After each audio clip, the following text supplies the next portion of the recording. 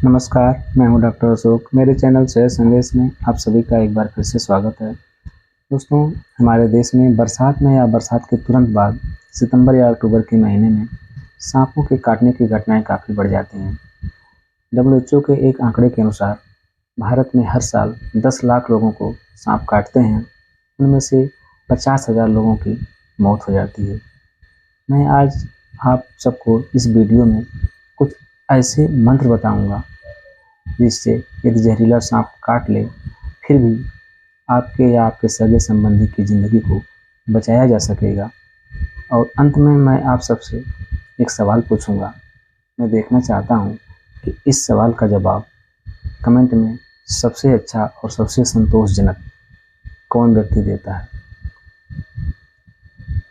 हमारे देश में सांपों की कुल 250 प्रजातियां पाई जाती हैं और इन 250 में सिर्फ 50 प्रजातियां हम इंसानों के लिए जहरीली होती हैं और इन 50 में भी सिर्फ 4 प्रजातियां सबसे अधिक जहरीली होती हैं। जितनी भी सांप काटने से मौत होती है उसमें से 80% इन्हीं 4 सांपों की वजह से होती है। और इनके जो नाम हैं इसमें पहला है कोबरा या जिसको नाग भी कहा जाता है, दूसरा है करैत और तीसरा है सा स्केल्ड वाइपर, चौथा है रसेल वाइपर। अब सांप के दांत और विष के बारे में कुछ चर्चा कर लेते हैं।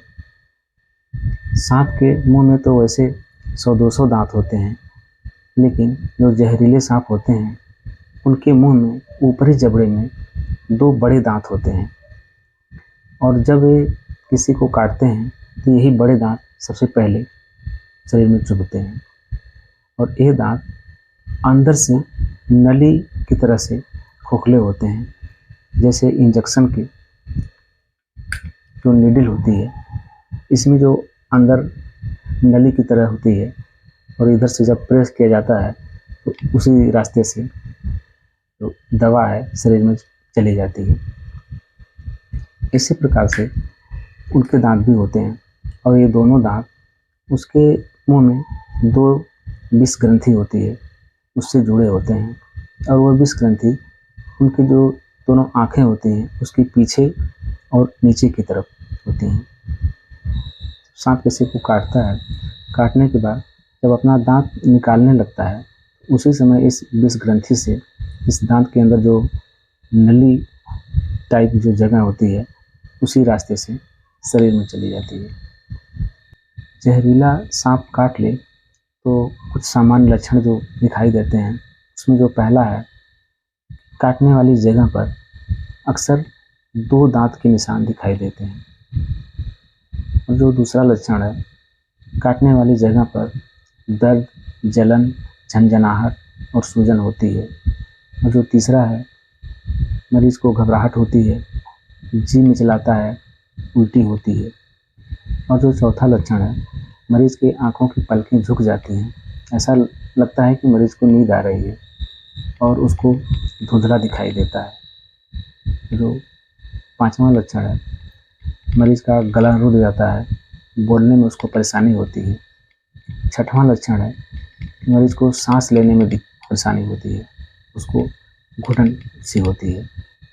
वाइपर सांप यदि काट ले तो कुछ अन्य लक्षण भी दिखाई देते हैं, जैसे काटने वाली जगह पर बहुत ज़्यादा सूजन होती है और वहाँ से अन्य सांपों के काटने से तुलना की जाए तो खून बहुत ज़्यादा निकलता है और इसके विष की वजह से हमारे जो खून में प्लेटलेट्स होते हैं वो बहुत तेज़ी से और बहुत ज़्यादा मर जाते हैं और इनकी बहुत ज़्यादा कम हो जाने से शरीर के अंदर खून रिसने लगता है और नाक से, मुंह से, उल्टी में, मलमूत्र में खून आने लगता है। मरीज का ब्लड प्रेशर अचानक काफ़ी कम हो जाता है और अंत में मरीज की जो किडनी वो फेल हो जाती है और मौत हो जाती है। इसी प्रकार करैत सांप के काटने से कुछ अलग लक्षण दिखाई देते हैं, जैसे वो जहाँ काटता है वहाँ पर कोई निशान नहीं दिखाई देता है, ना कोई दर्द होता है, ना कोई जलन होता है।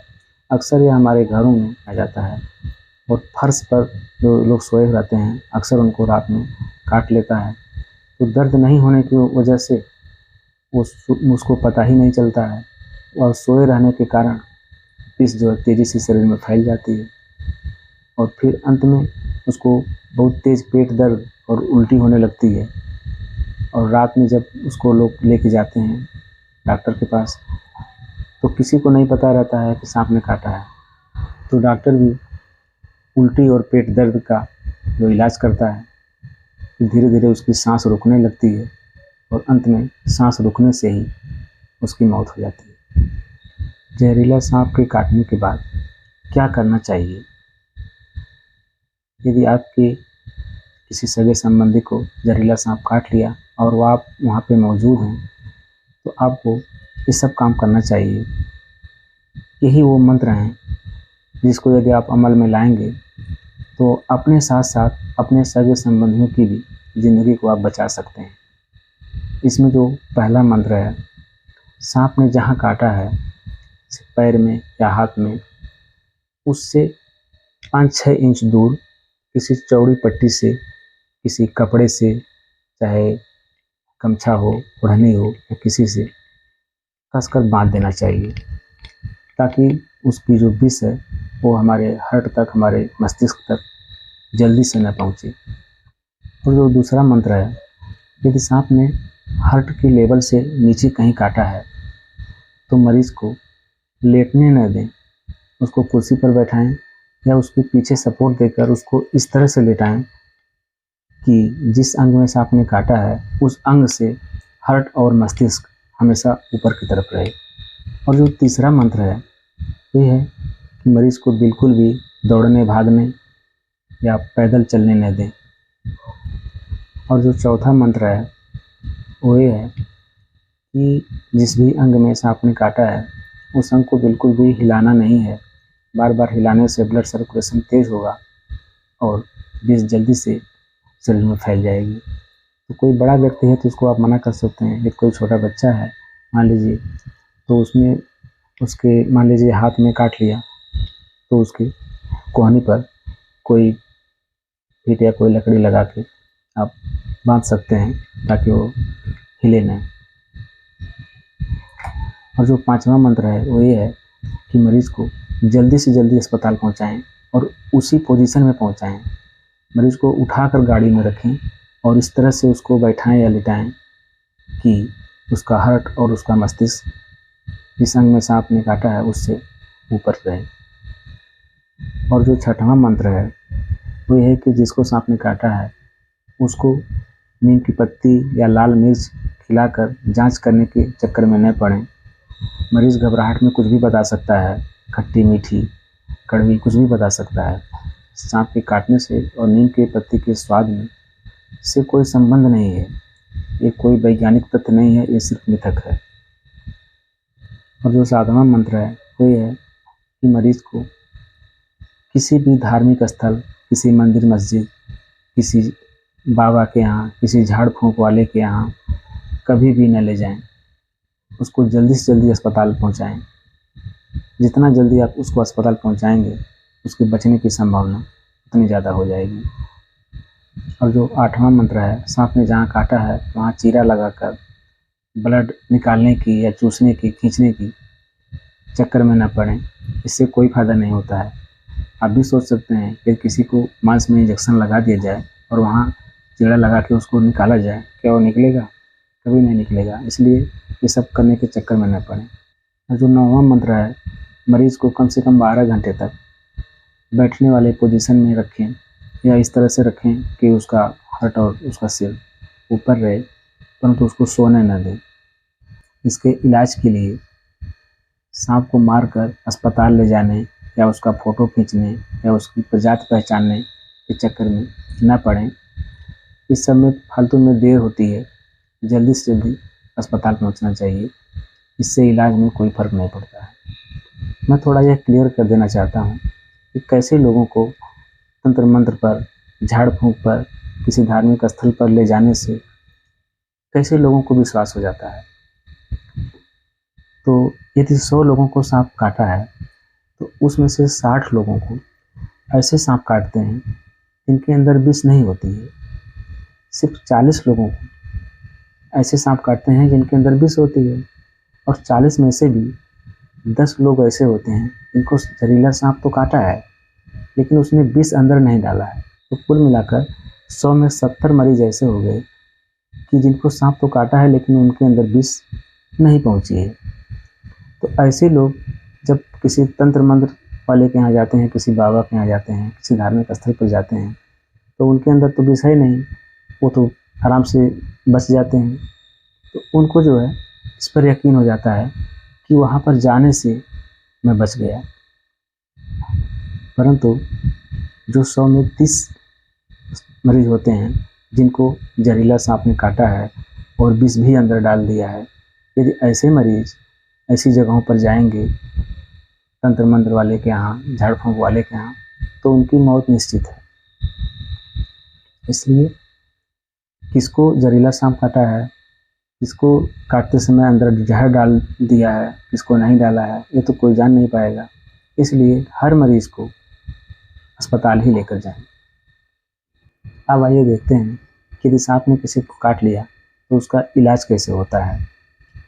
ये जो सांप की विष होती है ये प्रोटीन और एंजाइम से बनी होती है। इसके इलाज के लिए पॉलीवैलेंट एंटी स्नेक वैक्सीन लगाई जाती है। और ये वैक्सीन बनती कैसे है, जो मैंने ऊपर 4 जहरीले सांपों के नाम बताए हैं, कोबरा, क्रैब, स्केल्ड वाइपर और रसेल वाइपर, इनकी जो विष की बहुत हल्की मात्रा घोड़े के शरीर में इंजेक्ट की जाती है। और ये मात्रा इतनी कम होती है कि घोड़े को कोई प्रॉब्लम नहीं होती है। परंतु घोड़े की जो शरीर है इस विष के खिलाफ खून में एंटीबॉडीज बनाती है और उसी एंटीबॉडीज को निकालकर वैक्सीन का रूप दे दिया जाता है। और जिसको भी सांप काटता है तो यही वैक्सीन उसको लगाई जाती है। इसलिए कोई भी सांप काटा हो यही वैक्सीन लगती है। इसलिए सांप को पहचानने की कोई ज़रूरत नहीं होती है, चाहे कोई भी सांप काटा हो लगेगी वही वैक्सीन। और यह जहरीली बिल्कुल भी नहीं होती है। काफ़ी लोगों को भ्रम होता है कि किसी को सांप नहीं काटा है और ये इंजेक्शन लगा दिया जाएगा तो इस इंजेक्शन की वजह से मर जाएगा। ऐसी बात नहीं है। ये इंजेक्शन किसी किसी को रिएक्शन करती है तो लगाने से पहले ही उसकी जांच कर ली जाती है। जिस आदमी को ये रिएक्शन नहीं करती है उसको कभी भी लगाया जा सकता है, यहाँ तक कि संभावना के आधार पर भी लगा सकते हैं। यदि क्लियर न हो कि सांप ने काटा है या नहीं काटा है, फिर भी यदि इसको लगा दिया जाए तो मरीज को कोई दिक्कत नहीं होती है। अब अंत में उस सवाल को मैं पूछने जा रहा हूँ जिसकी चर्चा मैंने शुरू में किया था। मान लीजिए किसी व्यक्ति को रात में 9 बजे जहरीला सांप काट लिया और घर से अस्पताल 20 किलोमीटर दूर है, तो वहाँ पहुँचने के लिए सिर्फ एक ही रास्ता है। और घर वाले ने जल्दी से गाड़ी बुलवाई और उसमें बैठा के मरीज़ को अस्पताल की तरफ चल दिए। आधी रास्ता यानी 10 किलोमीटर दूर जाने पर उस रास्ते पर रेलवे क्रॉसिंग है और वहाँ पर फाटक बंद हो गया। घर के लोग उस कर्मचारी से रिक्वेस्ट किए कि फाटक को खोल दीजिए, परंतु उसने नौकरी का हवाला देकर फाटक को नहीं खोला। अब ट्रेन आने में और फाटक खुलने में कुल 20 मिनट का समय लग गया। मरीज़ की हालत और ज़्यादा ख़राब हो गई। जब लोग अस्पताल पहुँचे तो डॉक्टर ने कहा कि आप लोगों को अस्पताल आने में काफ़ी देर हो गई, मरीज़ सीरियस है, फिर भी मैं कोशिश कर रहा हूँ। उसने जैसे ही पहला इंजेक्शन लगाया तो 5 मिनट के बाद मरीज़ की मौत हो गई। अब बताना है आप लोगों को कि इस मौत के लिए कौन जिम्मेदार है। मैं आपके जवाब का इंतज़ार करूँगा। अंत में चलते चलते यदि आपको लगता है कि इस चैनल पर आपकी ज़िंदगी के लिए ज़रूरी और महत्वपूर्ण बातें बताई जाती हैं तो आप चैनल को सब्सक्राइब कर लीजिए। यदि आप सब्सक्राइब नहीं करते हैं तब भी पूरी वीडियो देखने के लिए आपको धन्यवाद। फिर मिलेंगे अगली वीडियो में, तब तक के लिए नमस्कार।